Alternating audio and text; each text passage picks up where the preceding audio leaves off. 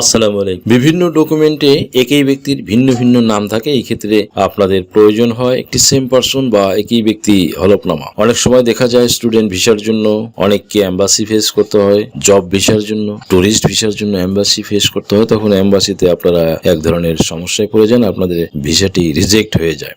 এর একমাত্র রিজন হলো এই ভিন্ন ভিন্ন জায়গায় ভিন্ন ভিন্ন নাম থাকা। নিজের নাম হতে পারে, পিতার নাম হতে পারে, মাতার নাম হতে পারে। ইভেন কি ভূমি অফিসে যারা ভূমি মালিক রয়েছেন তাদের ভূমি অফিসে নামজারির সমস্যা হয়ে থাকে। এই দলিলে এক নাম, ইরাডিতে আরেক নাম, জন্ম নিবন্ধনে আরেক নাম, পর্চায় আরেক নাম হওয়ার কারণে শুধু সেই সব ব্যক্তিরাই সেম পারসন এফিডেভিট বা একই ব্যক্তি হলফনামা এটা প্রথম শ্রেণী ম্যাজিস্ট্রেট দিয়ে একজন বিজ্ঞ আইনজীবী আপনার কাগজপত্র যাচাই বাছাই করে দিবেন। এবং অত্যন্ত সুখের একটি খবর হলো যে ঢাকার সিএমএম কোর্টে একটি নির্দিষ্ট আদালত রয়েছে। সেই আদালত থেকে বাংলাদেশের প্রত্যেকটা অঞ্চলের নাগরিক আপনারা দেশে এবং দেশের বাইরে যে প্রান্তে অবস্থান করুন না কেন, আপনারা এই একটি কোর্ট থেকে, এই সিএমএম কোর্টের একটি নির্দিষ্ট কোর্ট রয়েছে, গভর্নমেন্ট তাদের এখতিয়ার দিয়েছে এই সারা বাংলাদেশের নাগরিকদের এই জাতীয় সমস্যা বা হলফনামা সংক্রান্ত সমস্যার সিগনেটরি পাওয়ার দিয়েছেন। দ্যাটস ওয়াই আপনারা চাইলে যোগাযোগ করতে পারেন। ইভেন কি আরো একটি সতর্কতা যে আপনারা কিন্তু এগুলো কোনো